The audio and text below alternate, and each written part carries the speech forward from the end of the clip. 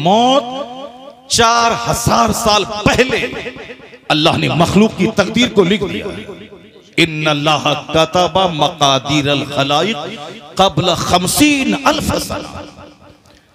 50,000 साल पहले मखलूक की तकदीर लिख दी गई है। कौन कितना जिएगा, कौन कहां मरेगा, किसको कितनी रोजी मिली। जरा देखिए, हुजूर को लोग पढ़ते रहिए, सरकार की सीरत का लोग मुताला नहीं करते।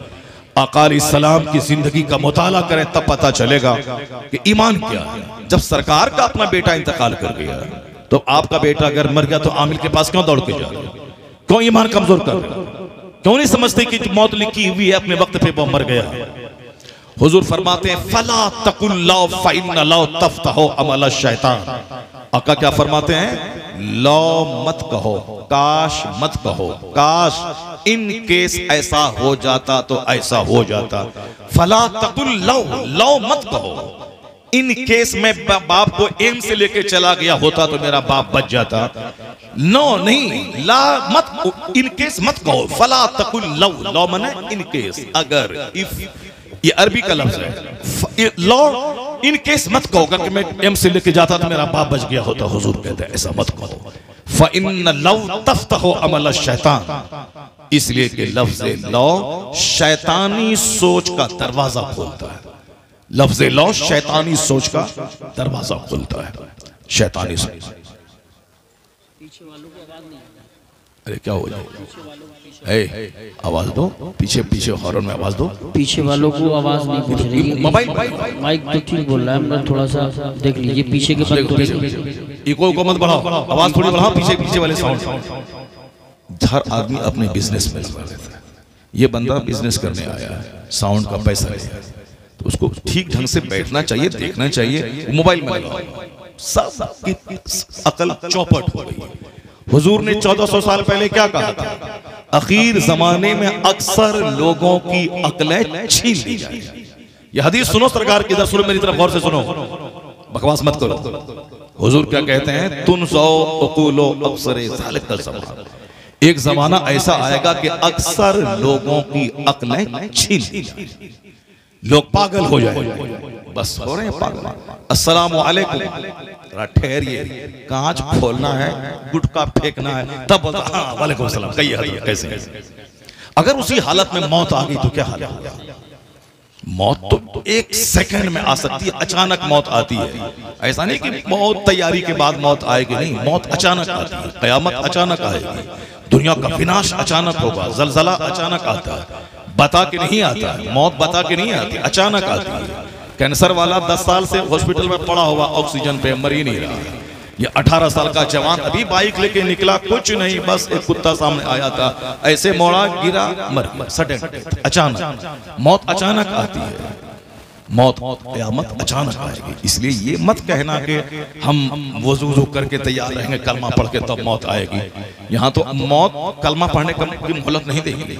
इसलिए हर वक्त जबान को खाली रखो, ये गुटका छोड़ दो, हमेशा जबान पे कलमा जारी रखो। जब मौत आनी है आ जाए, ला इलाहा इल्लल्लाह दखलल जन्नह, बस आखिरी बोली कलमा और जन्नत में दाखिल हो जाओ। सब मोबाइल में लगा हुआ है, चौपट हो गया, दुनिया का सारा निजाम चौपट हो गया। सब लोग बस हुजूर ने जो कहा है सच है। अकल रहती तो फिर आदमी सोच समझ के सारा काम करता। अल्लाह ताला हम सबों को नेक महफिलों की कद्र की तौफीक अता फरमाए। अब आवाज पहुंच रही नहीं पहुंच रही आप तक? पीछे तक आवाज आ रही है? ठीक है, माशाअल्लाह। ये देखिए मांडली वालों ने कितना जबरदस्त काम किया है। बिहार वाले को भी सबक सीखना चाहिए। जो लोग देख रहे हैं, बिहार, झारखंड, बंगाल, उड़ीसा वाले, देखिए वहाँ लिखा हुआ है, तमाम अहले स्टेज से इल्तिमास है कि दौरान इजलास मोबाइल फोन के इस्तेमाल से परहेज किया। कल ही मैंने एक मौलाना साहब को डांटा है, जबकि मैं तकरीर करता हूँ, एक एक जुमला कायदे से मैं बोलता हूँ, ताकि कोई कॉमेडी, कोई किस्सा कहानी नहीं, बल्कि काम की बातें बोलता हूँ, और ताकि लोगों की तवज्जो बनी है। मेहनत में अपने ऊपर करता हूँ, मैं बीच में रेस्ट नहीं करता हूँ, आराम नहीं करता हूँ, कंटिन्यू लगातार 2-2, ढाई 3-3 घंटे बोलता हूँ। तो फिर उसके बावजूद ये बंदा बगल में बैठ के मोबाइल चला जाता हूँ। सारा मजमा गौर से सुन रहा है, सबकी तवज्जो है, मैं अच्छी अच्छी बातें बता रहा हूँ। ये बंदा मौलवी साहब होकर के मोबाइल चला रहा है। तब मुझको कहना पड़ा 10-20 मिनट आधा घंटा वेट करने के बाद कि शायद हमारे इस टॉपिक पे वो आँख उठाएगा, शायद हमारी इस जुमले पे वो सुभान अल्लाह बोलेगा या हमारी तरफ देखेगा। जब मैं देखा कि ये बंदा मस्त है, तब मैंने उनसे कहा सारे लोग तकरीर सुनने में मस्त हैं और मेरा भाई मोबाइल चलाने में मस्त है, मोबाइल चलाने में मस्त है। इस कदर मोबाइल का रसिया भूखा, जैसे कि पहली बार मोबाइल हाथ में लगा हो और उसके बगैर चैन नहीं है। जैसे कोई मर रहा हो, कोई मर गया हो, जनाजे की नमाज पढ़ने के लिए जा रहा हो, अब नहीं पहुंचेगा, जनाजे की नमाज छूट जाएगी। इस कदर रसिया। कानपुर में एक इंजीनियर मुझको छोड़ने के लिए आ रहा था रेलवे स्टेशन पे। मैंने इसी तरह की बातें की, मोबाइल के नुकसानात, उसके फवायद पे मैंने बातें की। आज जिसको डीएम बनना था वो चपरासी भी नहीं बन पाया इसी मोबाइल की वजह से। जिसको कनीज़े फातिमा बनकर अपने गोद में मुजाहिद को जन्म देना था, मुफक्किर पैदा करना था, इस मोबाइल के गलत इस्तेमाल की वजह से वो मुजाहिद क्या पैदा करेगी? वो मुशरिकों की गोद में जाकर के काफिर बेशक। औरतें वही औरत है जो इमामत तो नहीं कर सकती हैं वो, मगर इमाम जन्म देती है। औरत नबी नहीं बन सकती है, मगर नबी को जन्म देती है औरत। जितने नबी पैदा हुए वो सारे नबी अपनी माँ की शिकम से पैदा हुए। और नबी नहीं बनी कोई औरत, मगर नबी की माँ बनी, नबी की माँ बनी। जहां तक कि आदम अलैहिस्सलाम के कोई माँ बाप नहीं, मगर उसके बाद जितने नबी पैदा हुए सारे नबी माँ के शिकम से पैदा हुए। एक नबी जनाब ईसा अलैहिस्सलाम है, जिसका बाप नहीं लेकिन माँ है, माँ की शिकम से पैदा हुए। इसलिए औरतें नहीं पैदा हुई हैं कि वह जींस टी शर्ट पहन करके 2-4-10 मर्दों की गोद में झूलती रहें, 2-4-10 मर्दों के सामने चेहरा पेश करके सब अब महफिल की जीनत बनी रहे। नहीं, वो पैदा इसलिए हुई हैं ताकि घर को रश्क जन्नत बनाए, मुफक्किर पैदा करे, मुहद्दिस पैदा करे, मुजद्दिद पैदा करे, गौस पैदा करे, कुतुब पैदा करे, अब्दाल पैदा करे। ये इसे पैदा हुई। मगर ये मोबाइल ने इनको सड़ा दिया, मोबाइल ने इनको फाहिशा बना दिया, मोबाइल ने इसकी शख्सियत की पाकीज़गी को छीन लिया। इसलिए मैं अपनी माँ बहन बेटियों से मैं कहना चाहता हूँ कि तुम अगर अच्छी रहोगी तब समाज के लोग अच्छे रहेंगे, तब समाज तेरा बच्चा अच्छा रहेगा। क्योंकि तू अगर बिगड़ गई, सड़ गई, तो जमीन अगर सड़ जाती है तो फसलें सड़ी हुई पैदा होती है। अगर जमीन जरखेज होती है तो फसल हरी हरी पैदा होती है। नहीं सुना तुमने? जमीन थी सैयदा फातिमा, अब बीज डालने वाले थे मौला अली। माँ एक सजदे में सहर कर दे, अब बाप रात भर सजदा, दिन भर जिहाद, तो अल्लाह ने फातिमा ज़हरा और अली के कोख से वो बच्चा पैदा किया जो खुद साज नहीं, तारीख साज बनकर दुनिया का नक्शा बदल दिया। नारे तकबीर, नारे रिसालत, नारे गौसियत, मशरक़े आला हज़रत। माँ अगर फातिमा ज़हरा की कनीज़ हो जाए तो बेटा हसन तो नहीं पैदा होगा, गुलामे हसन जरूर पैदा हो जाएगा। माँ थी सर से लेके पांव तक नेकी का पुतला, बाप था दिन भर जिहाद, रात भर सजदा। एक खता हो गई वो गुनाह नहीं, एहतियात के खिलाफ। उस दाग को धोने के लिए 10 साल की नौकरी। उसके बाद एक बुलूली लंगड़ी अपाहिज गूंगी, जिसको बाप ने कहा इस शर्त पे तेरी माफी होगी कि मेरी लूली लंगड़ी बेटी से तू शादी करने पर रजामंद हो जाए। गुनाह बड़ा नहीं था, एहतियात के खिलाफ, तकवा के खिलाफ। एक साहब एक सेब फल नदी की सतह पे गुजर रहा है, भूख लगी थी, हालत इस तरह में खा लिया। अब मगर दिमाग में ख्याल पैदा हुआ क़यामत, मगर खुदा ने पूछा तो मैं क्या जवाब दूंगा? चलो पता लगाओ किसका ये बाग था, कहां से फल गिरा, उससे माफी मांग लें, दुनिया का सारा सितम यही सह लें, मरने के बाद अल्लाह के सामने बेदाग होके जाएं। मुसीबत उठा के बाग तक पहुंचा, पता लगाया, मालिक के पास गया, दिया, कहा ये जुर्म है, कहा 10 साल नौकरी करो, कहा मैं करूंगा। 10 साल के बाद बोला अब तो माफ करो, कहा कि एक लूली लंगड़ी बेटी है, ब्याह करना पड़ेगा। कहा जुर्म छोटा सा था और इतनी खतरनाक सजा क्यों मिल रही है? लेकिन वो नौजवान के दिमाग में अल्लाह का डर था, क़यामत के दिन खड़ा होना था, अल्लाह के हुजूर हाजिर होना है। हर मुसलमान के घर में physics, chemistry, mathematics, biology, zoology, ये नहव, सर्फ, ये सब बाद में रहे।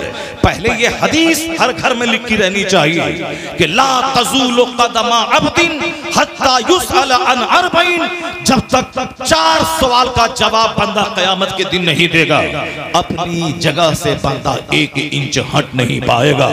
और उसमें पहला सवाल अन उमरिही फीमा अफना, यह बहुमूल्य जिंदगी किस काम में तुमने गुजारी? ये आंख, ये जबान, ये कान, ये नाक, ये पेट में दाना पचाने की सलाहियत, छोटी आंत, बड़ी आंत, ये स्टमक, ये किडनी, ये लीवर, ये लंग्स, ये ब्रेन, ये ड्रेन्स, ये हाथ हड्डी, ये टखना, ये घुटना, इसका ग्रीस, ये सारी चीजें लाजवाब। यहाँ तक के बाल सर से गिर जाए गंजा, वो बोलेगा 50 खरब में दूंगा, मेरे सर पे बाल उग जाना चाहिए। गंजा हो जाना, जबान की बात, जबान की बोली का खत्म हो जाना, ये जो खरबों नहीं महासंख्यों नेमतें अल्लाह सर से लेके पांव तक दिया है, क्या करने के लिए? जोकरी करने के लिए, शराब पीने के लिए, दूसरों की बहू बेटी पर कुत्ते की तरह हड्डी पे ताक झांक करने के लिए इसीलिए दिया है। सारी एनर्जी लॉस करके, पैसा कमा के, घर बना के, गाड़ी खरीद के और 10 दर्जन बीमारी पैदा करके चक्कर ला के कब्र में सड़ने के लिए चले जाएं। इसीलिए अल्लाह ने इतनी कीमती जिंदगी दी है।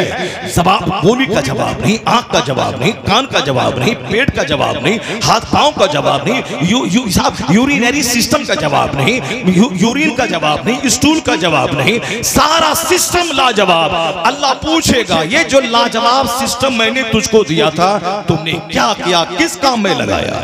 जबान किस काम में, आंख किस काम में, ब्रेन किस काम में, पेट किस काम में, तुमने किस काम में लगाया? यह बहुमूल्य जीवन हर बाप बच्चे को बताना होगा।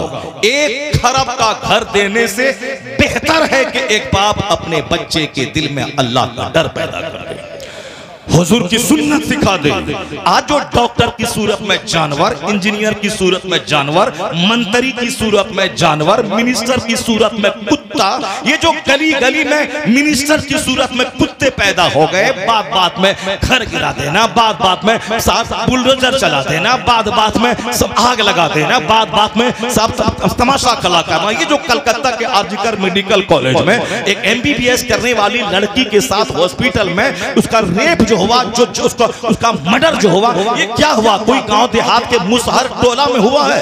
MBBS करने वाली मेडिकल कॉलेज में उसके साथ रेप हुआ है। ये जो दिल्ली में हॉस्टल में हुआ, क्या वो देहात में कोई संथाल के टोले में हुआ है? साहब पढ़े लिखे हो, जो मुजफ्फरपुर में बिहार में जहां जिस औरतों के शेल्टर रूम का सिलसिला मिनिस्टरों से जुड़ा हुआ था, क्या वो जाहिल लोगों ने किया है? ये जो कोर्ट में रेप, थाने में रेप, रेल में रेप, हवाई जहाज में रेप, स्कूल में रेप, कॉलेज में रेप, हर जगह जो रेप हो रहा है, ये रेप करने वाला है कौन? ये रेपिस्ट कौन है? ये रेपिस्ट वही है जो फिजिक्स तो पढ़ा, केमिस्ट्री तो पढ़ा मगर अल्लाह का डर दिल में नहीं आया, मुस्तफा के तरीके पे नहीं है, इंसान नहीं बना।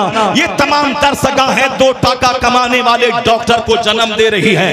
एक दरसगाह है ये मदरसा, जहां पहले दिन से लेके आखिरी दिन तक यही बताया जाता है ये हराम है, ये हलाल है, ये जायज है, ये नाजायज है, ये लीगल है, ये इलीगल है, ये जायज करें या नहीं करें, ये डूज या डोंट्स यही सिखाया जाता है। तो इंसान बनाने की फैक्ट्री है ये मदरसा।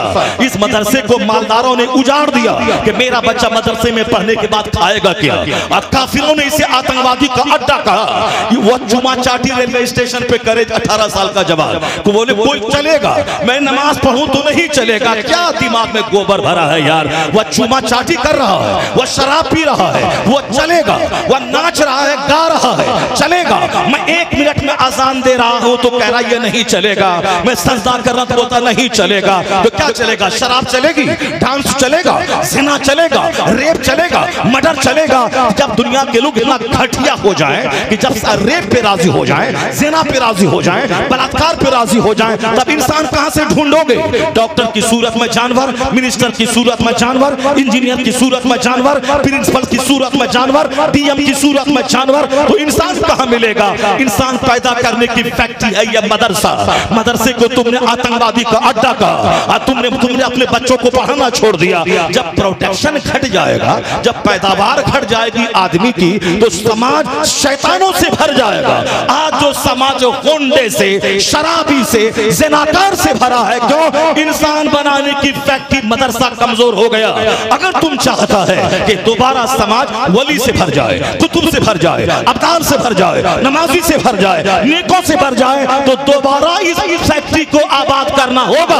और जिस दिन ये फैक्ट्री, इंसान बनाने वाली फैक्ट्री आबाद हो गई, तो चोरों की तादाद घटेगी, शरीफों की तादाद में इजाफा हो जाएगा। नारे तकबीर, नारे रिसालत, नारे गौसियत, मसलके आला हजरत, फैज़ान आला हजरत, हज़रत अल्लामा मुफ्ती शहरियार रज़ा साहिब क़िबला, जश्न दस्तारबंदी। रोने की जरूरत नहीं है। चोर जो पैदा हो रहे गाँव गाँव में, एक डॉक्टर है आपके अमरोहा, डॉक्टर MBBS है, MD किया हुआ है।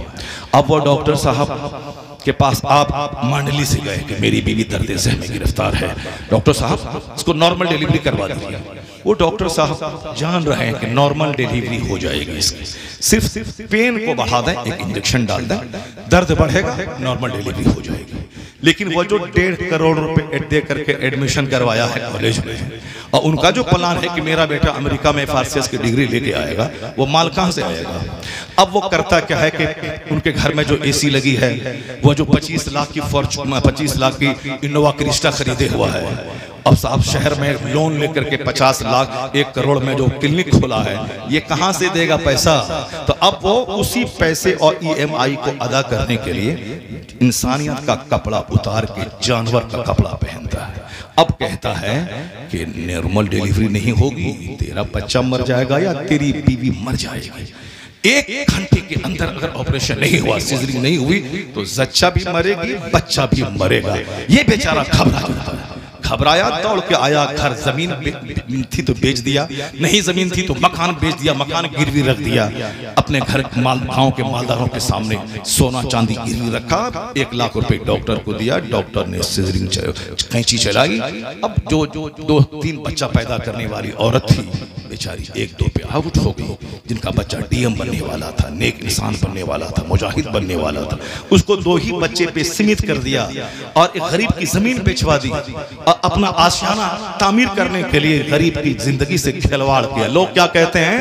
ये डॉक्टर है मगर इंसान नहीं है, इंसान नहीं है। क्यों? इंसान वही है जो दूसरे के दर्द को फील कर सके। दर्द दिल के वास्ते पैदा किया इंसान को, जो दूसरों के दर्द को फील कर सके। ये जानवर है, अपना आशियाना बनाने के लिए गरीब की जमीन को बिचवा दिया। ये हर शहर में तमाशा हो रहा है, हर जगह। एक दवाई से फायदा हो सकता है मगर 10 दवाई लिखता है। एक टेस्ट से काम चल सकता है मगर 5 टेस्ट लिखता है। क्योंकि शाम के वक्त में पैथोलॉजी से दलाली उसके पास कैसे आएगी? ये 10 दवाई, जो दवाई की कंपनी वाला जो उसको 50,000 की AC दिया है, तो फिर उस कंपनी वाले को फायदा कैसे पहुंचाएगा? इसलिए सब गैस की दवाई, ताकत की दवाई, ये दवाई, वो दवाई लिख दिया। 10 दवाई को कोई दवाई तो फायदा करेगी। बेचारा गरीब जमीन बेचे साहब, जेवर बेचे, मगर इन डॉक्टरों के घर पे शाम के टाइम में दलाली पहुंचनी चाहिए, पैथोलॉजी से भी और फिर मेडिसिन की दुकान से भी। मेरे प्रिस्क्रिप्शन पे तेरी दवाई बिकी है, तो तुमने 1 लाख की दवाई बेची है, तो लाओ मेरे पास 20,000 रुपए डालो। अब 20,000 रुपए उसको दिया। अब पैथोलॉजी वाला मेरे पुर्जे से तुम्हारे यहाँ टेस्ट हुआ, तुम 10,000 कमाए, लाओ मेरे पास 3,000 रुपया, वो मेरा है। ये जानवरों की तादाद बढ़ रही है, कोई बताने वाला नहीं है कि क्या करे क्या नहीं करे, क्या हराम क्या हलाल, क्या जायज क्या नाजायज। क्या कहा हुजूर ने? उस वक्त तक 1 इंच बंदे का पांव हटेगा नहीं जब तक कि वो बता नहीं दे कीमती जिंदगी किस काम में गुजारी। सबके दिमाग में जुनून है पैसा कमाने का, जुनून है गाड़ी का मुकाबला, पैसे का मुकाबला, घर का मुकाबला, एक जुनून है। कोई बंदा मरने के बाद जहां का एक दिन 50,000 साल के बराबर होगा, न बाप बच्चे को बता रहा है, न मस्जिद का इमाम बच्चे को मुक्तदी को बता रहा है। अगर इमाम बता भी रहे हैं तो मुतवल्ली बोलता है ये सारी बातें मत करो, पैसा कमाने की बातें करो, कोई कहानी बोलो, कोई किस्सा बोलो। ये हराम और हलाल पे कौन चलता है मौलाना आजकल? ये हराम और हलाल का चैप्टर लेके तू बैठ गया है। शराब पीना हराम, ज़िना करना हराम, झूठ बोलना हराम, दूसरों की बहू बेटी को ताक झांक करना हराम, बेपर्दगी हराम, चुस्त कपड़ा पहनना हराम, और वो दुपट्टा जिससे बाल की स्याही झलके वो दुपट्टा ओढ़ना हराम, गर्दन खोलना हराम, दूसरों के सामने चेहरा खोलना हराम, पेट खोलना हराम। ये क्या बातें बोलता है मौलवी? कोई कहानी सुना, कहानी सुना, कहानी सुनने में मजा आता है, कॉमेडी सुनने में मजा आता है, कुरान कौन सुनेगा, हदीस कौन सुनेगा? तो याद रखना, अगर यही बात हुई मकान पे दुकान बच्चे को दिया तो कल मत रोना कि मेरा बच्चा मेरे हाथ से निकल गया, मेरा बेटा मेरे हाथ से निकल गया, मेरा बच्चा ससुराल वाले का गुलाम हो गया, मेरा बच्चा मुझको डॉक्टर के पास नहीं ले जा रहा है। 100% कसूर उस बाप का है जिसका बेटा आज नाफरमान हो गया, जो माँ बाप को आंख दिखला रहा है, जो अपने बेटे को डांट नहीं सकता है, जो अपनी बीवी अपने ससुराल वाले का गुलाम होकर अपनी माँ और अपने बाप को मारता है। ये 100% कसूर उसी माँ बाप का है। कौन माँ बाप का? जिसने कहा था मौलाना के चक्कर में मत पड़ना वरना जवानी में दाढ़ी रखवा देगा, मौलाना के चक्कर में मत पड़ना वरना ये कुर्ता पायजामा पहना देगा, मौलाना के चक्कर में मत पड़ना वरना जवानी में पगड़ी पहना देगा, कोई तुझको बेटी नहीं देगा, बोलेगा चेहरे पे जंगल है, कोई बेटी तो अपनी बेटी तुझको नहीं देगा। यही माँ बाप है जो मौलाना के पास जाने से रोका था, कहा था सुबह सवेरे इस कोचिंग में जाना है, शाम उस कोचिंग में जाना है, इसकी फिजिक्स बड़ी अच्छी है, ये एक्सपर्ट इन फिजिक्स है, ये एक्सपर्ट इन इंग्लिश है, ये एक्सपर्ट इन बायोलॉजी है, ये एक्सपर्ट इन फिजिक्स केमिस्ट्री है, ये expert in GK GS computer science है। उस एक्सपर्ट के पास, यहाँ वहां मौलवी के पास मत जाना, दूर से सलाम कर देना। अब जब इंजीनियर बनने के बाद माँ बाप को दो चार तमाचा मारना शुरू किया, डीएम बनने के बाद माँ बाप को साथ मारना शुरू किया, घर से भगाना शुरू किया। किसी अहमदाबाद की लड़की से प्यार हुआ, उसी के साथ अहमदाबाद में संसार दुनिया बसा लिया। बूढ़ा माँ बाप मांडली में जमीन बेच के पढ़ाया था, वो तो अपने क्लासमेट से शादी करके वहां वो मैं तेरे देहात नहीं जाऊंगी, माँ बाप छोड़ दे मगर उसको नहीं छोड़े। एक लड़की जिसको तलाक भी दे सकता है, जिसको छोड़ सकता है, जिसको शादी नहीं कर सकता है, जो कि एक नहीं 4 शादी बंदा कर लेगा, मगर एक माँ अगर छूट गई तो जिंदगी में दूसरी माँ नहीं मिलेगी, एक बाप छूट गया जिंदगी में दूसरा बाप नहीं मिलेगा। मगर ये जमीन फरोश अपने माँ बाप को छोड़ देता है। एक लड़की का चेहरा देख करके अपना समाज छोड़ दिया, माँ बाप छोड़ दिया, चला गया। इसका कसूरवार वो माँ बाप है जिसने बोला था मौलवी के चक्कर में मत पड़ना, मौलवी के चक्कर में नहीं पड़ा तो अब बेटा हाथ से निकल गया। अगर तुम सुबह शुरू से कह देते कि मौलाना से मुसाफा करना, मौलाना की हदीस सुनना, मौलाना के पास बैठकर आधा घंटा हदीस दीन सुनना, ये मौलाना नहीं बोलता कि माँ को मारना, बाप को मारना, ये मौलाना वो हदीस सुनाएगा बेटा कुछ भी हो जाए। ये माँ बाप तेरे लिए जन्नत और दोज़ख दोनों है। माँ बाप की तौहीन हुई तो जहन्नम, माँ बाप की इज्जत हुई तो जन्नत। एक दिन में 100 बार माँ को देखेगा, हज्जे मबरूर का अजर मिलेगा। माँ के पाँव को चूमेगा, जन्नत की चौखट चूमने का मजा मिल जाएगा। बाप का हाथ चूमेगा, जन्नत की खुशबू महसूस होगी। ये मौलाना उनको ये सिखाता। तो बच्चा सारी जिंदगी वो चाहे कुछ भी हो मगर माँ बाप को नहीं छोड़ता। अगर कोई लड़की कहती कि मेरा चेहरा चाहिए, माँ बाप को छोड़ना होगा, तो ये लड़का जो मौलाना के पास आता जाता है वह उसके चेहरे पे थूक देगा और कहेगा तुम नहीं मिलेगी तो अल्लाह 4 बीवी हमको दे देगा, पर एक माँ नहीं मिली तो कोई दूसरी माँ नहीं मिल पाएगी, बाप नहीं मिल पाएगा। इसलिए आलिमों के पास आने जाने दे। अगर आलिम के पास तेरा बच्चा आएगा तो ओल्ड एज होम में तू नहीं जाएगा, तेरा पांव चूमा जाएगा, तेरी पेशानी चूमी जाएगी, तेरा चेहरा देखा जाएगा। सुभान अल्लाह, नारे तकबीर, नारे रिसालत, नारे गौसियत, मसलके आला हज़रत। बिहार की कहानी नहीं है, इसी तुम्हारे उत्तर प्रदेश के मुरादाबाद, बगल में यहाँ मुरादाबाद है, मुरादाबाद की कहानी। एक अरबपति का बेटा मौलाना के पास आते जाते तकरीर सुनते सुनते मौलाना से दोस्ती करते हुए चेहरे पे दाढ़ी रख लिया। बहुत अरबपति का बेटा था, चेहरे पे दाढ़ी रख लिया।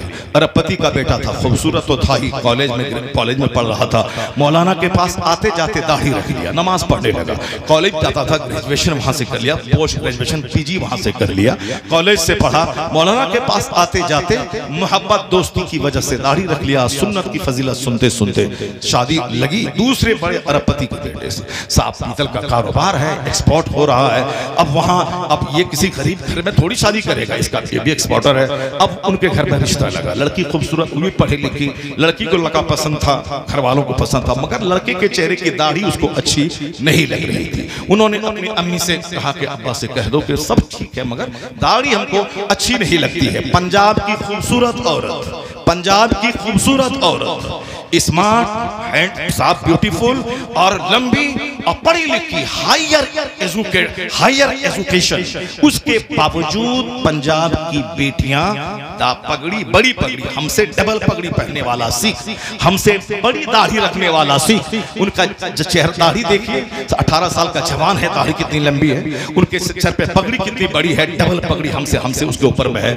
मगर उसकी खूबसूरत बेटियां, पढ़ी लिखी बेटियां, डीएम बेटियां, एसपी बेटियां, मैनेजिंग डायरेक्टर बेटियां उसी जंगल वाले से शादी करती है, चेहरे पे जंगल है। मगर हमारी सड़ी हुई बेटियां, जो गरीब घर की सड़ी हुई, जिसको न दुरूद ताज याद है, न दुरूद रिज़विया याद है, न सूरह यासीन याद है, न सूरह मुल्क याद है, न सूरह दुखान याद है, न सूरह मुज़म्मिल याद है, उसके बावजूद घमंड है, स्कूल में 8 क्लास पढ़ लिया हो गया, यह दाढ़ी वाला नहीं चाहिए। सड़ी हुई बेटियां वो उस पंजाब की हायर एजुकेशन वाली लड़की से सबक हासिल करे, क्योंकि वह पढ़ी लिखी हैं, उनके मजहब ने वही सिखाया है। इसीलिए मजहब के एतबार से चूंकि उसका प्रधानमंत्री मनमोहन सिंह, उनके सर पे पगड़ी, उनके चेहरे पे दाढ़ी, मनमोहन सिंह प्रधानमंत्री बन गए, यानी जेल सिंह, उनके सर पे पगड़ी, चेहरे पे दाढ़ी, वो साफ हिंदुस्तान के प्रेसिडेंट बन गए। बूटा सिंह सर पे पगड़ी, चेहरे पे दाढ़ी, वो हिंदुस्तान के साफ वजीर दाखिला बन गए, वो गृह मंत्री बन गए। विक्रम सिंह जो साफ सर पे पगड़ी, चेहरे पे दाढ़ी, वह फौज के सरबराह बन गए। तो दाढ़ी रख के फौज का जनरल बन गया, दाढ़ी पगड़ी रख के प्रधानमंत्री बन गया, दाढ़ी पगड़ी रख के साहब ओडीएम बन गया। और हमारा जोकर बच्चा कहता है मौलाना आपकी बात पे अमल करेंगे तो नौकरी नहीं मिल पाएगी, क्योंकि दाढ़ी वाले को नौकरी नहीं मिलती। क्या तुम नौकरी करने के लिए पैदा हुआ है? तू नौकरी करने के लिए पैदा हुआ है। अगर दाढ़ी की वजह से नौकरी नहीं मिलती है, उस नौकरी पे पाखाना कर दे, उस नौकरी पे पेशाब कर दे, क्योंकि तू नौकर बनने पैदा नहीं हुआ है, तू तो ताजिर बनने पैदा हुआ है।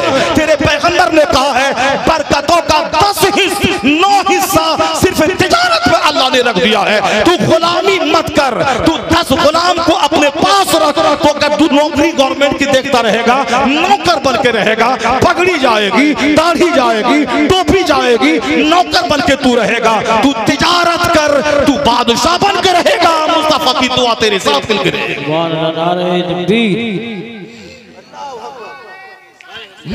नौकर नौकर नौकर नौकर मर जा तू नौकरी करते करते। तेरे पैगंबर को तिजारत पसंद है, तेरे पैगंबर को बिजनेस पसंद है, और तेरे पैगंबर ने कहा है कि बरकतों के जो 10 दर्जे हैं, 9 सिर्फ तिजारत में रख दिए गए हैं। तू आम लेके बैठ जा, तू सेब लेके बैठ जा, ग्रेजुएट बन, पोस्ट ग्रेजुएशन का पीएचडी डिग्री होल्डर बन जा, बिजनेस करके बैठ जा। तू ट्यूशन पढ़ाने के लिए एक बंदा गोरखपुर का, वह ट्यूशन पढ़ा करके 20 लाख महीना कमाता है। एक बंदा मेरे शहर का, उन्होंने मैथमेटिक्स में एमए किया है, और हमारे घर में किराए पे रहने वाला मास्टर शहबाज, वो अंग्रेजी में एमए किया उसने, और फिर कोचिंग सेंटर में कोई नौकरी फोकरी नहीं। मास्टर बनेगा तो 35,000 रुपए तनख्वाह मिलेगी, अगर प्रोफेसर बनेगा तो 2 लाख रुपए तनख्वाह मिलेंगी। वो सिर्फ कोचिंग सेंटर खोल के 5 लाख रुपए कमा रहा है। शहर में जमीन खरीद लिया, शानदार घर बना लिया, और सब एक बंदा को मैं जानता हूँ, वो बचपन से ट्यूशन पढ़ाता है, और फिर वो एमएससी भी किया मैथमेटिक्स में। उसके बाद कॉलेज बगल में है, बड़ा कॉलेज यूनिवर्सिटी बगल में है, वहां का प्रोफेसर 2 लाख 2.5 लाख 3 लाख कमाता है। अगर 10 लाख रुपए महीना उसी कॉलेज के बच्चों को मैथ का ट्यूशन पढ़ा के कमा रहा है। बिजनेस कर, काबिलियत हासिल कर। साहब गोरखपुर का एक लड़का, एमएससी का क्रीम लड़का, उन्होंने तैयारी की, यूपीएससी में बैठा, 3 बार बैठा, नहीं हो पाया। क्योंकि यूपीएससी करने के लिए बोलने की सलाहियत भी चाहिए आदमी के पास, ताकि वो वाइवा निकाल सके। किसी की तहरीर अच्छी है, बोली अच्छी नहीं है, किसी का जीएस अच्छा है, अंग्रेजी अच्छी नहीं है, किसी की अंग्रेजी अच्छी है, मैथ अच्छा नहीं है। हर सब्जेक्ट में परिपूर्ण रहना, स्किल, महारत हासिल करना ये बहुत मुश्किल काम है। मैथ का कीड़ा था, फिजिक्स केमिस्ट्री का कीड़ा था। हो सकता है जनरल नॉलेज वाइड नहीं रहा, हो सकता है कि अंग्रेजी उसकी अच्छी नहीं रही हो सकता है कि सब कुछ ठीक है मगर बोलने की सलाहियत उसके पास नहीं है, नहीं निकाल पाया। उन्होंने हैदराबाद के एक कॉलेज से मैथ के टीचर के लिए, मैथ के लेक्चरर के लिए बहाली निकली, इंटरव्यू दिया, पास कर गया।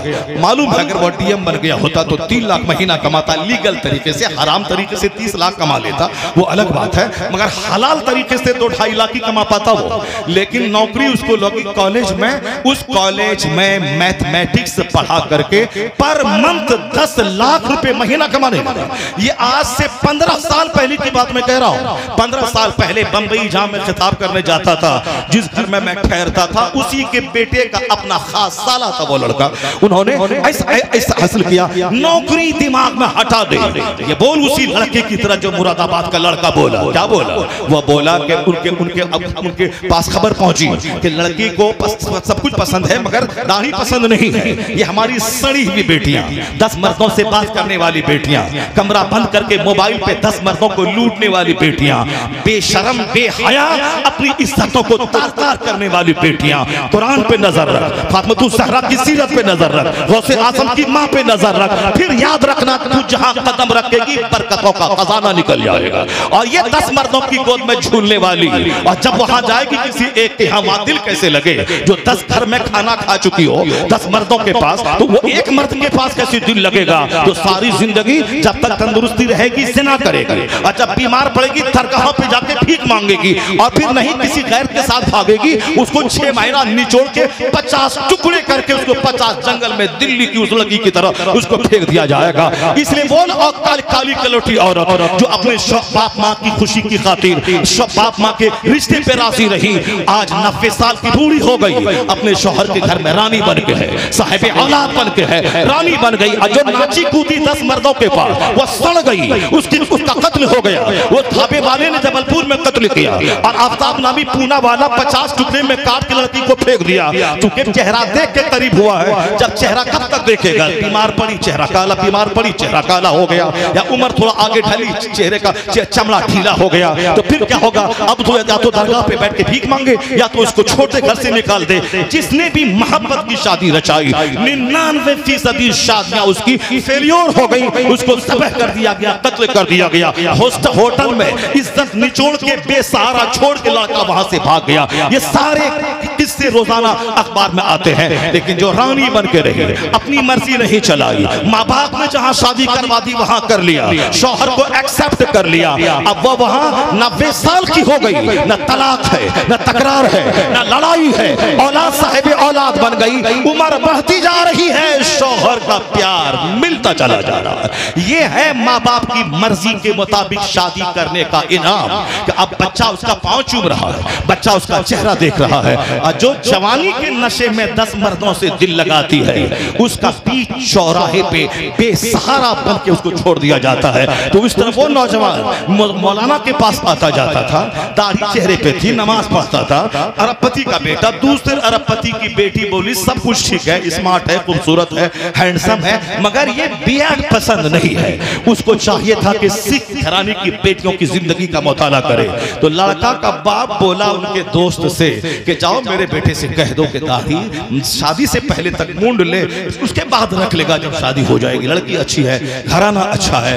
मगर वो लड़का क्या बोला? मेरे बाप से कह देना कि सारी जिंदगी कुंवारा रहना पड़े मैं रह जाऊंगा, मगर सुन्नते रसूल का कत्ल नहीं करूंगा, सुन्नते रसूल का कत्ल नहीं करूंगा, सुन्नते रसूल का कत्ल नहीं करूंगा। सच कहा मेरे मुस्तफा ने, अल मरओ मा मन अहब, आदमी उसी के साथ होगा जिससे वो मोहब्बत करता है। मोहब्बत अगर फिल्म एक्टर से हो गई, उस वक्त एक्टर जहां जाएगा वहीं जाना होगा। मोहब्बत किसी झूठे नेता से हो गई, वह झूठा नेता जहां जाएगा वहीं जाना होगा। मोहब्बत किसी हरामखोर से हो गई, वो हरामखोर जहां जाएगा जहन्नम वहीं जाना पड़ेगा। मोहब्बत किसी आलिम से हो गई, मोहब्बत किसी वली से हो गई, मोहब्बत किसी नमाजी से हो गई, मोहब्बत गौस कुतुब अब्दाल से हो गई तो जहां गौस जाएंगे वहीं तू भी जाएगा। इसलिए लिबास हो या सर का बाल हो या हाथ की अंगूठी हो या जीने का कल्चर हो या बर्थडे पार्टी हो या शादी ब्याह और वलीमा की तकरीब हो, हर चीज में मुस्तफा की पैरवी कर, नेकों की गुलामी कर, ताकि यहाँ इज्जत मिले, सेहत मिले, मरने के बाद मुस्तफा की शफाअत मिले। अगर मुस्तफा के खिलाफ किया, शादी किया, वलीमा किया, दरसी की, तीजा की तकरीब की, अगर मुस्तफा के खिलाफ किया तो यहाँ भी रुस्वा होगा, यहाँ सेहत जाएगी, यहाँ इज्जत जाएगी, काफिरों के पांव का फुटबॉल बनेगा और मरने के बाद जहन्नम की आग में जलेगा। इसलिए दोस्ती काफिरों से मत कर, दोस्ती मुसलमानों से कर, मुत्तकी से कर, आलिमों से कर, नेक लोगों से कर। नेक लोग जन्नत जाएंगे, तू भी जन्नत जाएगा। अल-मर्उ मअ मन अहब, a man will be with those whom he loves. आदमी उसी के साथ होगा जिससे वह मोहब्बत करता है। अर्रजुलु अला दीनि खलीली, मोमिन अपने दीन के दोस्त के दीन पर होता है। फलयंजुर, उसे देखना चाहिए कि वह दोस्ती किससे कर रहा है। सोहबतें अच्छों की, दोस्ती अच्छों से, बच्चों की तरबियत अच्छी हो। जरा वो हदीस पाक सुनिए जो मैंने कहा था, हर घर की दीवार में वो हदीस लिख के रहनी चाहिए। हुजूर ने क्या फरमाया, ला तज़ूलु क़दम अब्दिन हत्ता युसअल अन अर्बईन, बंदे का पांव अपनी जगह से क़यामत के दिन हटेगा नहीं जब तक के 4 सवाल उससे न हो जाए। पहला सवाल, अन उमरिही फीमा अफना, यह कीमती जिंदगी किस काम में गुजारी। बस 2 टका कमाने का जुनून सब पर सवार है।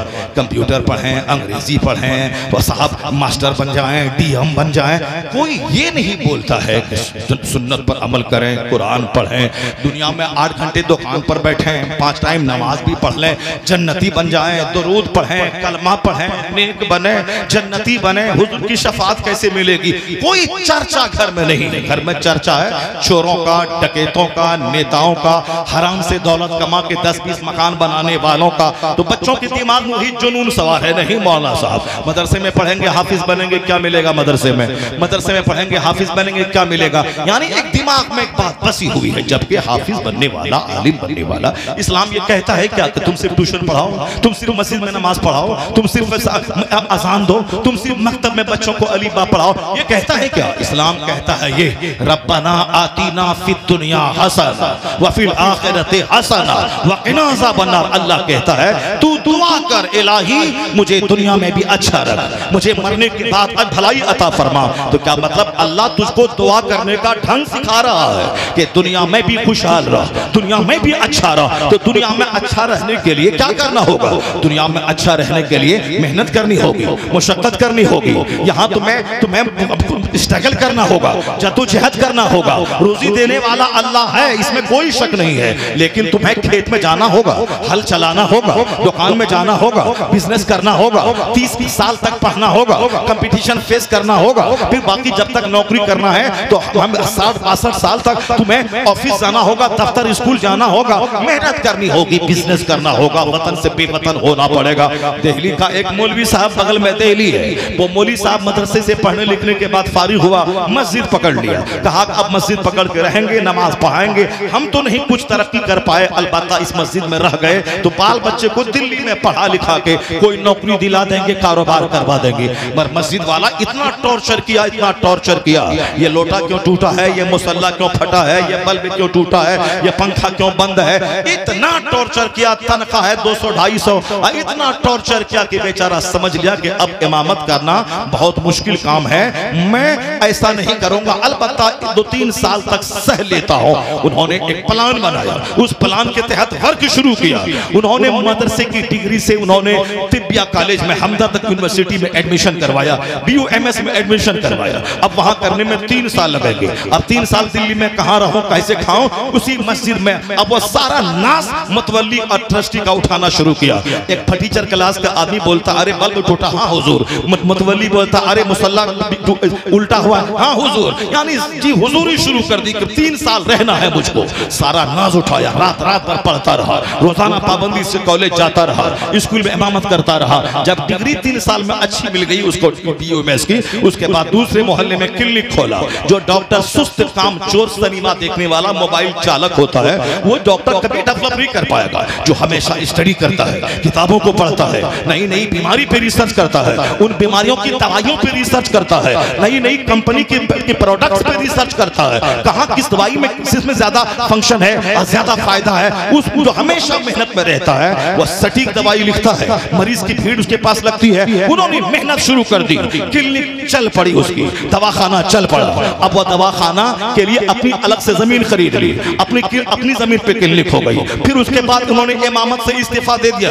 उसके बाद कॉलेज में लेक्चरशिप की नौकरी मिली, मेहनत करके एग्जाम देके लेक्चरशिप उन्होंने निकाल लिया। अब कॉलेज का लेक्चरर भी बन गया और उसके बाद साहब एक क्लिनिक का शानदार डॉक्टर भी बन गया। ओवर टाइम, एक्स्ट्रा टाइम में क्लिनिक में और क्लास टाइम में वहां साहब कॉलेज में इमामत छोड़ दी। पैसों की बारिश होने लगी, इस कदर क्लिनिक पैसों की बारिश होने लगी। अपना खुद का घर, अपनी खुद की क्लिनिक, बच्चों को पढ़ा लिखा यूनिवर्सिटी में, अपनी बेटी को आला तालीम दिलवाकर जबरदस्त खानदान में शादी करवा दी। अगर सिर्फ खाओगे सोओगे, अब बोलोगे कहां से कोई आए हमको पैसा दे दे, नहीं डेवलप कर पाओगे। उस डॉक्टर की तरह सबक सीखना पड़ेगा, मेहनत करनी होगी, दुनिया की खुशहाली के लिए दिमाग चलाना होगा, जमीन खुदाई करके फसलें पैदा करनी होंगी, मेहनत करना होगा, स्कूल चलाना होगा, मदरसा चलाना होगा, इमामत करनी होगी, बिजनेस करना होगा, तो यहाँ भी खुशहाल रहोगे। अगर बैठे बैठे वेट करोगे कि आसमान से हीरा गिर जाए या जमीन से कोई सोने की हांडी निकल जाए, या अजमेर जाके बैठ जाओगे कि बाबा मुझको दे दो, बाबा मुझको हांडी दे दो, बाबा वहां से निकालेंगे तो तमाचा मार के, ऐसा नहीं होता है कि गेहूं लगा के मेरे पास आ जाओ और बोलो वहां बासमती धान निकाल दीजिए, आम का पेड़ लगा के अजमेर आ जाओ और बोलो कि बाबा इसमें सेब लगा दीजिए। ऐसा नहीं होता इस दुनिया में कि बाबा मेरे घर में एयरपोर्ट कायम कर दीजिए। आप सुल्तानुल हिंद है, सब देते हैं, बाबा सब नहीं देते हैं। बाबा वो बाबा अल्लाह के वली है, बाबा इस्लाम समझाते हैं, इस्लाम की खिदमत करने इंडिया आए हैं, अपना वतन ईरान छोड़ के आए हैं, 20 साल इल्म हासिल करके आए हैं, 30 साल मुर्शिद का बिस्तर ढोके आए हैं, ज़ाहिरी और बातनी दोनों उलूम हासिल करके तब हिंदुस्तान के बुतखाने में यहाँ कुफ्र की ताकत से लड़ने आए हैं। रूहानी ताकत से लैस होकर, ज़ाहिरी ताकत से लैस होकर तब वह हिंदुस्तान आए थे। गाली सुनी है उन्होंने, सारा ताना सहा है, उन पर पानी बंद करने की धमकी उन्होंने सही है, उन जहर में बुझी हुई तलवार लेके चला गया, उस जुल्म को सहा है, सारा जुल्म सहते रहे, रात भर इबादत खुदा राजी हो और दिन भर तबलीग ताकि मुशरिक कलमा पढ़ के मोमिन हो जाए। तब अल्लाह ने वो दिन दिखलाया मेहनतों के बाद कि 90 लाख मुशरिक उनकी मेहनतों से कलमा पढ़ के साहिब ईमान हो गया, उनकी मेहनतों से। ऐसे नहीं हो गया, वो अपने घर से निकले वतन से बेवतन हुए, उन्होंने 20 साल इल्म हासिल किया, हाफिज बने, कारी बने, मुफ्ती बने, मुबल्लिग बने। उसके बाद रूहानी ताकत हासिल करने के लिए मुर्शिद उस्मान हारूनी के साथ रहे।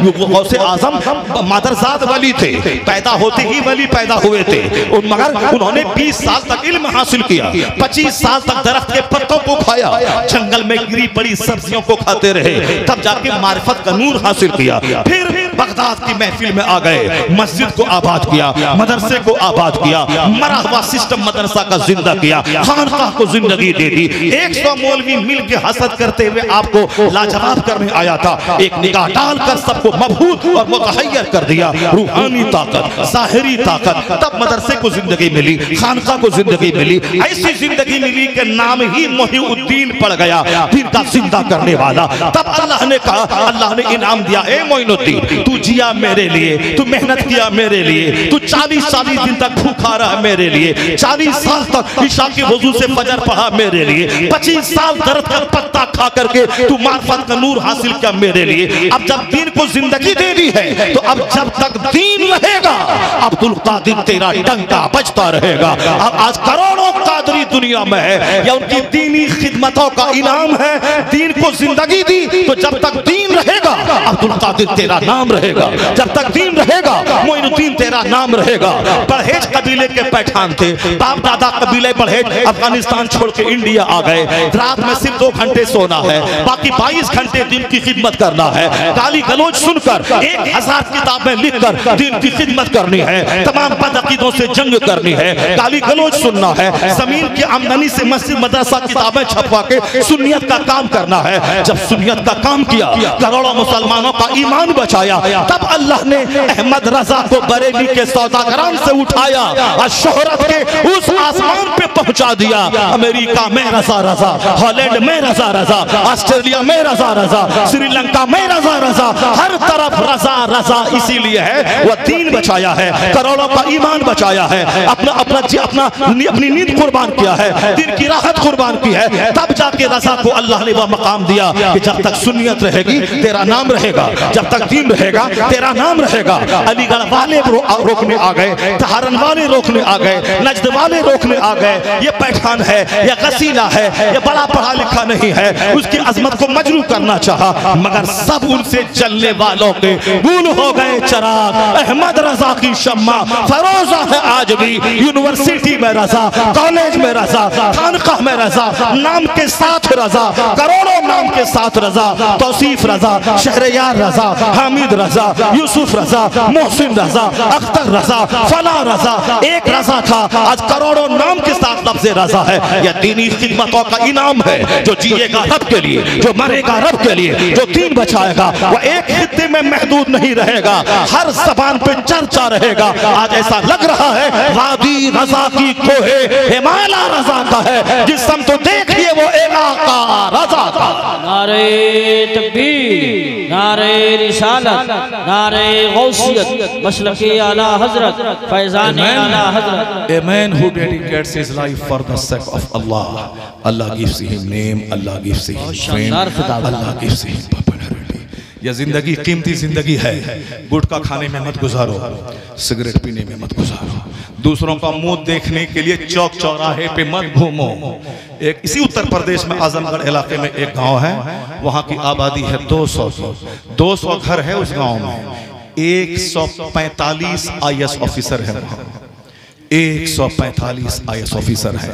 बस जोकर की तरह बाल रखना है कांधे तक, मुंह में गुटखा चबाते रहना है सुबह, और फिर उगालदान लेके बैठना है, खाया फीका खाया फेंका, और एक सिगरेट खत्म दूसरा सिगरेट चालू कर दिया, एक बीड़ी खत्म दूसरी बीड़ी चालू कर दिया।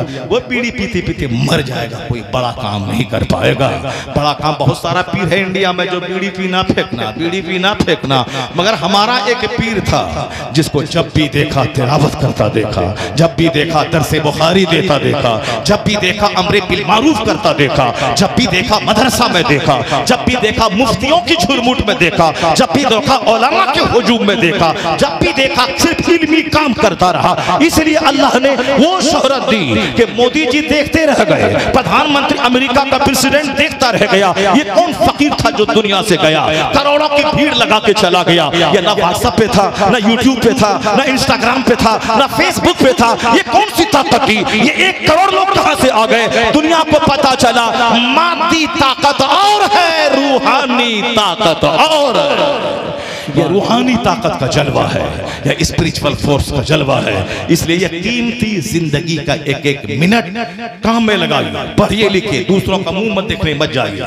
बच्चा मदरसे का क्या बोलता है, मेरी चचेरी बहन की शादी है, मेरे दादा की बरसी है, मेरे साथ चचेरे भाई की बारात है। न चचेरे मचेरे करते रहोगे सारी जिंदगी, कोई बड़ा खतीब, बड़ा मुदर्रिस, बड़ा मुफक्किर या बड़ा IAS ऑफिसर नहीं बन पाओगे। ताजुश शरिया 3 साल तक मिस्र में रहे। अब मिस्र के बाजू में वहां है दरियाए नील, जामे अजहर के बाजू में 3 साल रहे, एक बार भी दरियाए नील नहीं देखा, सिर्फ किताब देखा, सिर्फ क्लासरूम देखा, सिर्फ मस्जिद की चटाई को देखा, बाकी वहां का ना मार्केट देखा, ना वहां दरियाए नील को देखा। जब दूसरे सफर में वहां गए, फख्र अजहर का अवार्ड जब मिला, उसके बाद जब नील के ऊपर से गुजरने लगे तो एक तालिब इल्म आपका मुरीद बोला, हुजूर नील के ब्रिज से गुजर रहे हैं। तब जवाब मिला कि 3 साल में रहा, कभी नील नहीं देखा, फुर्सत कहां थी किताबों से कि नील को देखता। तो रिजल्ट क्या मिला? रिजल्ट क्या मिला कि अजहर सिर्फ मिस्र की यूनिवर्सिटी नहीं है, जिस तरह पूरी दुनिया में कैम्ब्रिज का मकाम है,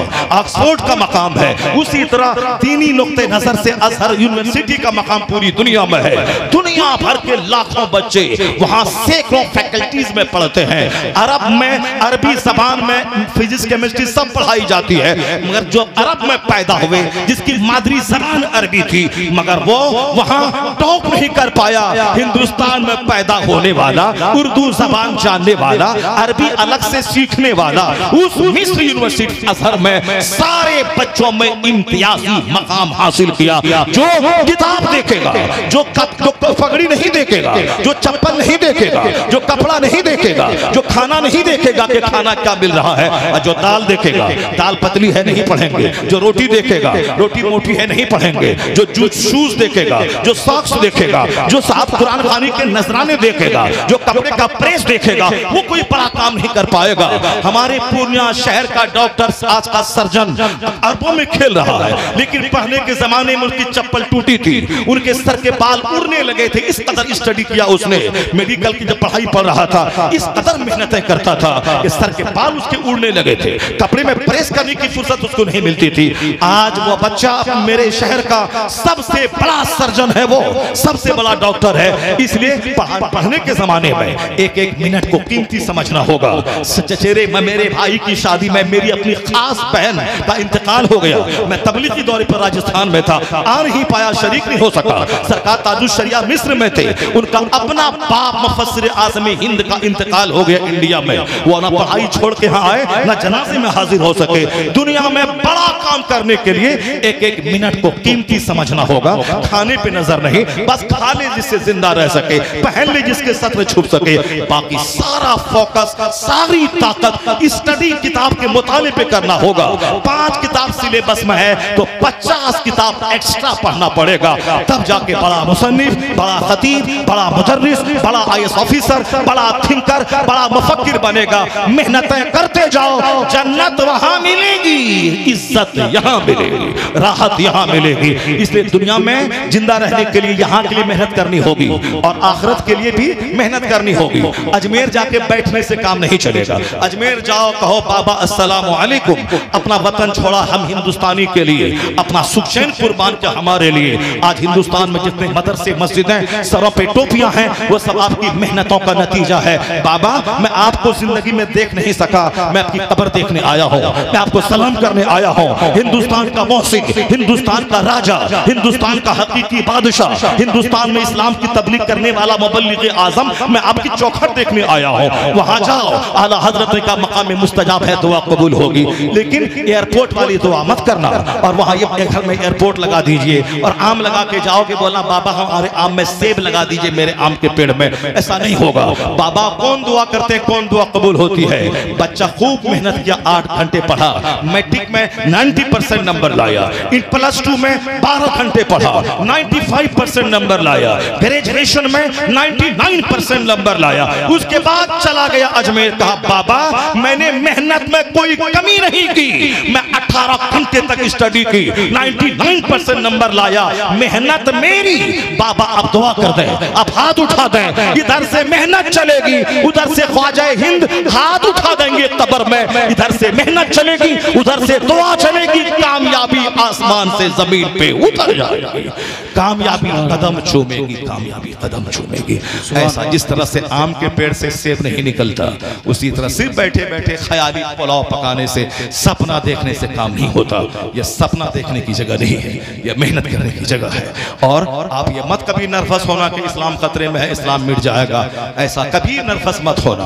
आज की ताजा खबर तुमने सुना तो सबको मालूम होगा कि जो बोला था 3 दिन में फिलिस्तीन मिटा देंगे, गाजा मिटा देंगे, आज 16 महीने के बाद उसी निहत्थों के सामने बैठकर दुनिया का महाशक्ति उनके सामने अपने कैदियों को छुड़ाने की भीख मांग रहा है। और जिसको कुछ नहीं समझा था, मिटा देंगे 3 दिन में, 16 महीने के बाद पूरी ताकत के साथ जिंदा है। दुनिया के 2 सुपर पावर को अपने सामने झुका के रख दिया।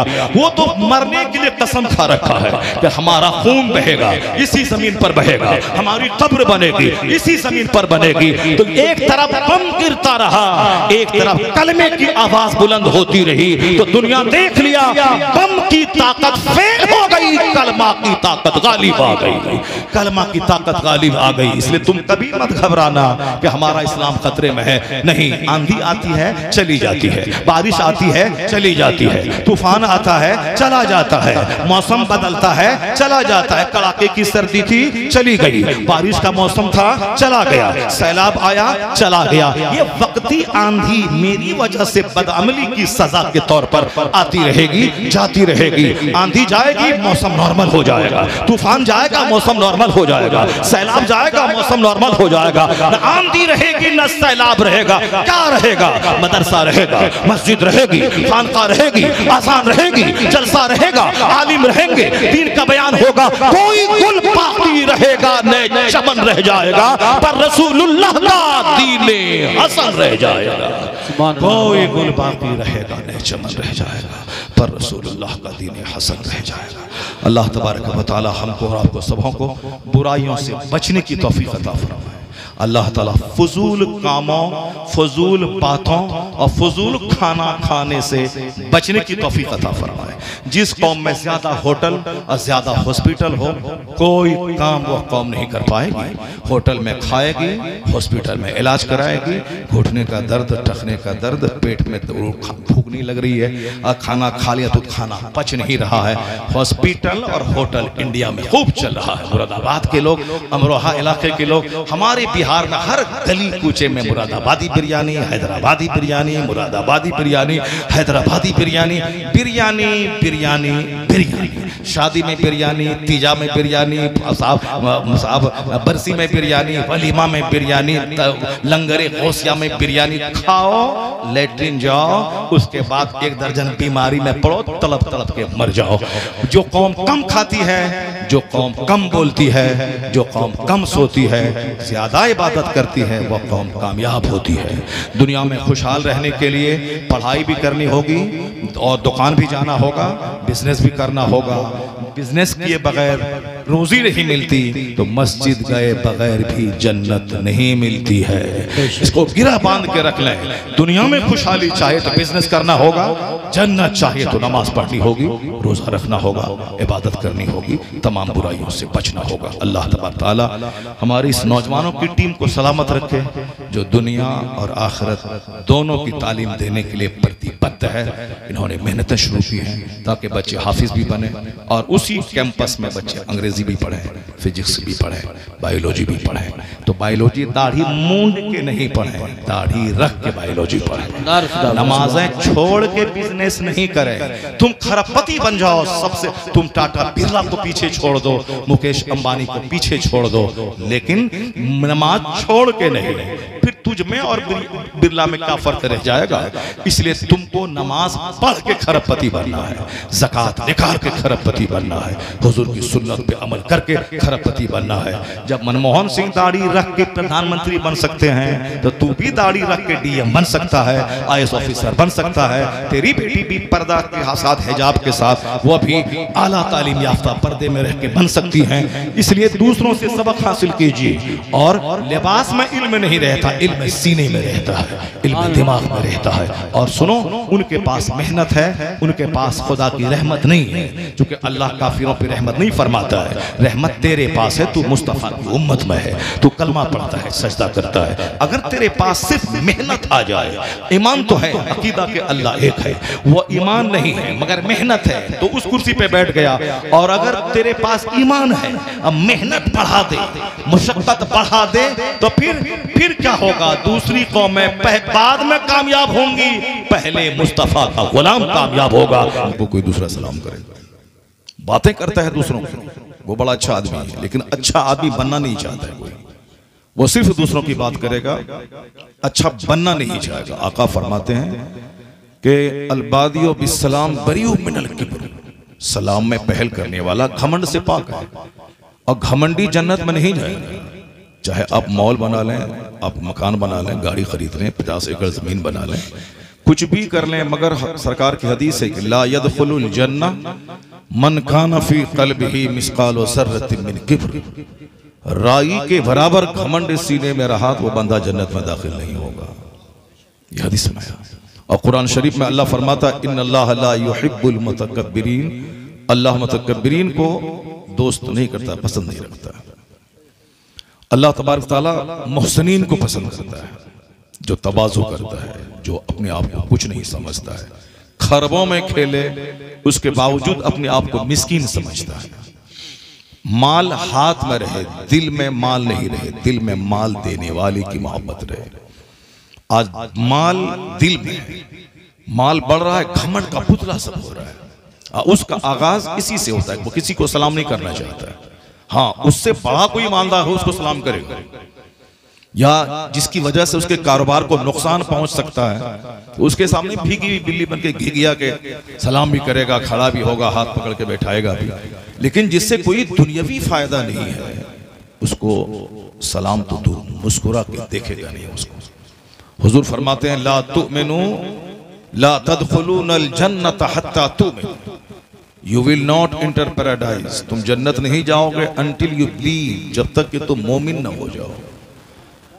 और मोमिन नहीं बनोगे जब तक कि आपस में एक दूसरे से मोहब्बत ना करो। वला तुमिनु हत्ता तहाब्बू, अपनी आग अपने पानी में जीने वाला आदमी सब कुछ हो सकता है, मोमिन कामिल नहीं होगा। जन्नती होने के लिए जरूरी है कि आपस में मोमिन भाइयों के दरमियान मोहब्बत करें। और सब लोग राग अलापते हैं कि मोहब्बत घट गई, मोहब्बत घट गई, को हर आदमी एक दूसरे से दूर हो रहा है, कोई किसी के पास नहीं जा रहा है, ये राग अलापता है। लेकिन कोई इस फैक्टर पे गौर नहीं करता है कि आखिर मोहब्बत घट क्यों गई। हम जो इंतजार करेंगे कि आप मेरे पास आइए, तो सारी जिंदगी मैं इंतजार करता रहूंगा, आप मेरे पास नहीं आओगे। और अगर आप इंतजार करोगे कि मैं तेरे पास जाऊं, सारी जिंदगी इंतजार करते रहोगे। अगर मैं उसी फॉर्मूले पे रहा जिस पे आप आए, तो ना मैं जाऊंगा ना आप आएंगे, तो सारी जिंदगी घमंड का पुतला बनकर रहेगा। गरीब आदमी अगर दीन नहीं है तो पक्का जाहिल है, क्योंकि गरीब पर ना हज फर्ज है, ना ज़कात फर्ज है, ना सदक़े फित्र वाजिब है, ना कुर्बानी वाजिब है। वो सिर्फ 5 वक्त नमाज पढ़े जिसमें कोई पैसा नहीं लगता है, वो रमजान का रोजा रखे जिसमें कोई पैसा नहीं लगता है। इसी का सवाल उससे क़यामत के दिन होगा, न कुर्बानी का सवाल, न हज का सवाल, न ज़कात का सवाल, न फितरा का सवाल। कितना हल्का फुल्का है गरीब, बस 8 घंटे मेहनत मजदूरी करे, नमाज पढ़े, 10 मिनट टाइम निकाल के, उसके बाद सीधे जन्नत जाए। कब जन्नत जाए? तुम्हारे गांव में, तुम्हारे इस गांव में मांडली में जिसके पास 100 बीघा जमीन है, जिसके पास 50 करोड़ का बंगला है, अगरचे है नहीं किसी के पास, लेकिन मैं मान लेता हूं, सपोज दैट फॉर एग्जांपल मैं मान लेता हूं 100 बीघा जमीन किसी के पास है, 50 करोड़ का बंगला किसी के पास है, बहुत बड़ा कारोबार है। लेकिन एक बंदा किराए में रहता है और मजदूरी करता है, वो 5 टाइम नमाज पढ़ता है, रमजान के रोजे रखता है, और हज तो फर्ज हज पर है नहीं, ज़कात तो फर्ज है नहीं, और उसके पास कुर्बानी तो वाजिब है नहीं, सदक़े फित्र वाजिब है नहीं, बस ये 2 काम करता है। और ज़िना से, शराब से, सूद से, जुआ से, जो बड़े बड़े गुनाह हैं उससे बचता है। तो वो बंदा जो 1000 एकड़ जमीन का मालिक है, जो साहब कई करोड़ की बिल्डिंग में रहता है, अगरचे वो हज करता है, ज़कात निकालता है, मदरसा में देता है, गरीबों में कंबल बांटता है, मिस्कीनों को देता है, रमजान में 1 लाख आदमी को इफ्तार करवाता है, सब करता है, वो जन्नत जाएगा। अगर हराम से नहीं, हलाल कमाता है और मस्जिद, मदरसा, ज़कात, खैरात सब करता है, जन्नत जाएगा वो। लेकिन उससे 500 साल पहले वो जन्नत जाएगा जो गरीब है। 500 साल पहले। ये कोई मौलाना साहब नहीं बोल रहा है, ये आप जिस नबी का कलमा पढ़ते हैं वो नबी फरमाते हैं, मेरी उम्मत के फकरा उम्मती। कोई फकीर बनना चाहता नहीं, वो भीख मांगने वाला फकीर नहीं, जो साहब वो गाड़ी पे बैठ जाए और माइक लगा दे और पूरे जुमरात और जुमा को चंदा करके साहब वो 2-4 हज़ार पे जमा कर ले, वो फकीर नहीं। फकीर का मतलब वो जिस पर ज़कात फर्ज नहीं है, जिस पर हज फर्ज नहीं है, इतना कम माल उसके पास है, कुर्बानी वाजिब उस पर नहीं है, वो साहिब निसाब नहीं है, वो फकीर है। वो मजदूरी करता है, अपना घर नहीं, किराए में रहता है, या अपना घर है तो उसके अलावा कोई बहुत बड़ा इनकम उसके पास नहीं है, बड़ी आमदनी नहीं है, जिस पर सदक़े फित्र वाजिब न हो, कुर्बानी वाजिब न हो, वो फकीर है। ये परिभाषा है इस्लामी शरीयत में, वो फकीर है। जिसके पास कुछ ना हो वो मिस्कीन है, और जिसके पास कुछ है लेकिन इतना नहीं है कि ज़कात फर्ज हो जाए, सदक़े फित्र वाजिब हो जाए, वो फकीर है। तो फकीर मेरी उम्मत के फ़क़रा, मेरी उम्मत के गरीब, मेरी उम्मत के मिस्कीन, क्योंकि हुजूर जब मेराज पे गए थे तो जनाब जिब्राइल अमीन ने आपको जन्नत व जहन्नम की सैर कराई। अल्लाह ने कहा मेरे महबूब को सैर कराओ जन्नत व जहन्नम में, क्योंकि खास मेहमान है तो मेहमान को दिखाओ। जैसे आप चले गए कश्मीर तो कश्मीर के लोग क्या कहते हैं कि हमारा खास मेहमान है तो उसको गुलमर्ग दिखलाओ, इसको डल झील दिखलाओ, इसको निशात बाग दिखलाओ, इसको साहब शालीमार बाग दिखलाओ। तो अल्लाह का खुसूसी मेहमान बन के मुस्तफ़ा जब अर्श पे गए थे तो जब अल्लाह ने अपना दीदार कराया, इनामात से नवाजा, तो कहा कि मेरे महबूब को जिब्रील जन्नत की सैर कराओ। जब जन्नत में मेरे आका गए तो सरकार फरमाते हैं तुम तो अला बाबिल जन्नत, मैं जन्नत के दरवाजे पे खड़ा हुआ, फरअयतु अक्सरा अहले हल फुकरा। हुजूर क्या कहते हैं, मैं जन्नत के दरवाजे पे, वो जन्नत दुनिया के जितने भी मकानात हैं अभी 200 से ज्यादा ममालिक के, और जितना भी डीजल, पेट्रोल, सोना, चांदी, अबरक, कोयला, जितनी भी मादनियात हैं, जितनी भी चीजें हैं, जितनी भी करेंसीज हैं, रुपया, पैसा, डॉलर, यूरो, रियाल, जो कुछ भी है, वो सारी चीजें जन्नत की धूल के बराबर नहीं है। इतना समझ लें, जन्नत वो चीज है जहां की जमीन हीरे जवाहरात की है, जहां के मकान की ईंट सोने और चांदी की है, और जिस ईंट को जोड़ा गया है वह मुश्क और कस्तूरी की गारी पे जोड़ा गया होगा, और जहां तक निगाह जाएगी वहां तक एक जन्नती का अपना घर होगा, एक जन्नती का अपना घर होगा। हमारा घर कितना होता है, 1 बिस्सा, 2 बिस्सा, 1 एकड़, 2 एकड़। अभी रात एक जो ठहरा हुआ था, 4.25 बीघा जमीन खरीदा, उसमें जबरदस्त इतना बड़ा बड़ा घर, इतना बड़ा बड़ा हाल साहब, मैं तो देख के दंग रह गया। ऐसा भी होता है क्या, इतना बड़ा बड़ा घर, 4 बीघा में घर, समझ सकते हैं आप लोग कितना बड़ा बड़ा घर होगा। मैंने कई बार पूछा कि क्या कारोबार है, क्या करते हैं आप, क्या कारोबार है? बोला कि बेंगलोर में रहता हूँ, कांच वाला कारोबार है, लेकिन कारोबार अभी डाउन चल रहा है, हजरत कोई तावीज़ वगैरह कुछ वजीफा। मैंने कहा ठीक है मैं बता देता हूँ, मेरा नंबर ले लो, उसके बाद फिर मैं बता देता हूँ वजीफा। ये फिर मैंने कहा कि देखो वजीफा बोला, किसी ने बोला कोई कर दिया है, मकान में लगाया 4 करोड़ रुपया, किसी ने कोई कर दिया, अब चूंकि डाउन। मैंने कहा देखो ये सब फालतू सब बातें मत करो। आजकल इतने लोग कमजोर हो गए हैं कि पहले जमाने में एक घर का 4 बंदा मरता था तो कहता था चलो अल्लाह ने मौत लिख दी है, मर गया। मदीना तैयबा में एक औरत का 4 जवान बेटा शहीद हो गया, उनका अपना शौहर भी शहीद हो, मगर वो बोली सरकार के बारे में बताओ क्या खबर है। कहा गया आका अलैहिस्सलाम सही सालिम है, सुभान अल्लाह। हुजूर के पास आके कहने लगी सरकार मेरे 4 बेटे शहीद हो गए, मेरा शौहर शहीद हो गया, कुल्लो मुसीबतिन बाद का जलल या रसूल अल्लाह, सारी मुसीबतें हेज हैं, आप सही सालिम है, सब कुछ सही, सुभान अल्लाह। यह है इश्क़ रिसालत, यह रसूल पाक की सच्ची मोहब्बत। और आका अलैहिस्सलाम की अपनी चहीती बेटी सैयदा ज़ैनब रज़ियल्लाहु ताला अन्हा, उनका बेटा हालते नज़ा में चला गया, यानी अब मरने का वक्त करीब आ गया। उसने अपने अब्बा को कहला भेजा, किनके अब्बा? सारी कायनात के पैगंबर जनाब मोहम्मद रसूलुल्लाह सल्लल्लाहु अलैहि वसल्लम, उनको कहला भेजा किसी से कि हजरत से कह दो कि आपका नवासा हालते नज़ा में है, हालत नज़ाम है। सरकार ने कहा कि जाके कह दो मेरी बेटी से कि वो सब्र करे, सब्र करे। लेकिन फिर सैयदा ज़ैनब बज़ीद हो गई कि नहीं, अब्बा से कहो कि वो आए, जरूर आए। बेटी की बात थी, पहले तो आपने कानून सिखाया सब्र करे, कोई भी मुसीबत हो सब्र करे। लेकिन जब बेटी बज़ीद हो गई तो सरकार तशरीफ ले अपने सहाबे कराम के साथ में आ गए। हुजूर की गोद में नवासा है आपका नाती, हुजूर की गोद में है। यहाँ हम लोग छोटे मोटे बुजुर्गों की करामत बयान करते हैं, मुर्दा को जिंदा कर दिया, हाथ पे डाल दिया, हो गया वो हो गया। जिंदा कर दिया करामत है, करामत से दुनिया नहीं चलती है, करामत हक है, करामत सच है कि ताकि ये जादू नहीं है, ये हक है। दुनिया करामत से नहीं चलती, दुनिया मेहनतों से चलती है, दुनिया आदत से चलती है, दुनिया सिस्टम से चलती है। तो अब क्या हुआ कि आका अलैहिस्सलाम वो तो सिर्फ ऐसे देख लेते तो उनका नवासा जिंदा हो जाता, या फिर मरता ही नहीं। फरिश्ता इशारा कर दे ये मेरा नवासा है, फरिश्ता ऐसे ही चला जाता है। लेकिन सारे पैगंबरों के सरदार अलैहिस्सलाम ने क्या कहा? आका फरमाते हैं कि आका की गोद में उनका नवासा है और सांस की घड़घड़ाहट जारी शुरू हो गई और हुजूर की गोद में ही उनका नवासा इंतकाल कर गया।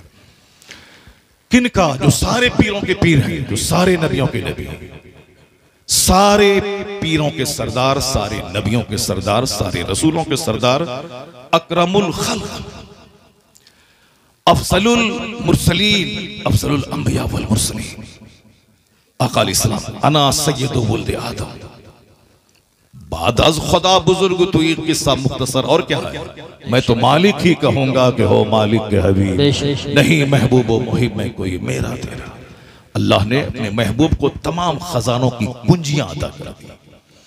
आप मालिक को मुख्तार हैं, आपके पास फरिश्ते आके पूछते हैं कि हुजूर आपके पास आऊं रूह कब्ज करने के, नहीं आऊं, इजाजत नहीं तो ठीक है वरना लौट जाऊं। वो सरकार का नवासा उनकी गोद में इंतकाल कर गया, आपकी आंखें आंसू बहाने लगी। तब हुजूर क्या फरमाते हैं कि मेरी आंख आंसू बहा रही है। सहाबे कराम कहने लगे हुजूर आप भी रोते हैं क्या? कहा हाँ, आंख से आंसू बहना ये रहमत है, लेकिन दिल अल्लाह के फैसले पर मुतमईन है, दिल अल्लाह के फैसले पर मुतमईन है। क्या बात है, दिल अल्लाह के फैसले पर मुतमईन है। ये तो सरकार का अपना नवासा और सरकार का अपना बेटा जनाब इब्राहिम का इंतकाल हुआ, अपना बेटा हुजूर का इंतकाल कर गया। आका अलैहिस्सलाम ने क्या कहा, ए इब्राहिम मैं तुम्हारी जुदाई से मगमूम हूं, इन्नी बिफिराक़िका लमहज़ून, मैं तेरी जुदाई से मगमूम हूं, तब की आईनी, मेरी आंख आंसू बहा रही, लेकिन मैं जबान से ऐसा कुछ नहीं कहूंगा जिससे मेरा खुदा नाराज हो जाए। दिल अल्लाह के फैसले पर मुतमईन है। हुजूर का बेटा मर गया, यहाँ एक बूढ़ा किसी का मर जाता है, जबकि उम्र है 40-50 के बाद मरने की उम्र होती है आदमी की, अब मरने के करीब पहुंचता है। एक बेटा किसी के पास मर जाए, किसी का बाप बूढ़ा मर जाए, बिस्तर पे पाखाना करने वाला, तो बगल वाला आमिल झूठा क्या बोलता है, कोई कर दिया है, अभी तुम्हारा बाप मरा है, अगले साल तेरी माँ मरेगी, चौथे साल तुम मरोगे, 5 साल में तेरा सारा घर उजड़ जाएगा। घर उजाड़ने वाला काला जादू कर दिया गया है। अब ये डर के मारे कहता है कि साहब हाँ कोई इलाज है इसका? कहा अरे दुनिया में किसका इलाज नहीं है यार, सबका इलाज है। कहा कैसे होगा काला जादू? 51,000 रुपए लगेंगे। मदरसे में 51 रुपया नहीं देते हैं। अब वहां झूठ बोला, 51,000 रुपए कर्ज ला के दिया और वह झूठा बोला, बस कल तक काला जादू खत्म हो जाएगा। तो इनके पास खुदा की अता भी है, मुस्तफा की रहमत भी है, बुजुर्गों की दुआ भी है, सिर्फ मेहनत शामिल हो जाए कामयाबी इनका कदम चूमेगी। मेहनत हो, इल्म। अल्लाह तबारक व तआला इस मजलिस को कबूल फरमाए, अल्लाह ताला इस मदरसे को उरूज और तरक्की अता फरमाए, आमीन। व आखिरु दअवाना अल्हम्दुलिल्लाह। मुस्तफा जाने रहमत पे लाखों सलाम, शम्ए बज़ में हिदायत पे लाखों सलाम, जिस सुहानी घड़ी चमका तैबा का चाँद, उस दिल अफरोज़े साअत पे लाखों सलाम। काश महशर में जब उनकी आमद हो, भेजें सब उनकी शौकत पे लाखों सलाम, मुझसे खिदमत के खुद सी कहें हाँ रज़ा, मुस्तफ़ा जाने रहमत पे लाखों सलाम। अस्सलातु वस्सलामु अलैका या रसूलल्लाह व अला आलिका व अस्हाबिही या अल्लाह। तमाम हज़रात तशरीफ़ अल्लाहुम्मा सल्लि अला सय्यिदिना व नबीना मौलाना मुहम्मद व बारिक वसल्लिम। अल्लाहुम्मा रब्बना दुनिया हसनतन व फिल आखिरति हसनतन व क़िना अज़ाबन नार व क़िना अज़ाबल क़ब्र व क़िना अज़ाबल हश्र व क़िना अज़ाबल फ़क़्र व क़िना अज़ाबद दैन व क़िना अज़ाबद दारैन बिहुर्मत जद्दिल हसन वल हुसैन। रब्बि इग़फ़िर ली व लिवालिदैया व लिलमुमिनीना यौमा यक़ूमुल हिसाब। रब्बना आतिना फ़िद दुनिया हसनतन व फ़िल आखिरति हसनतन वक़िना अज़ाबन नार।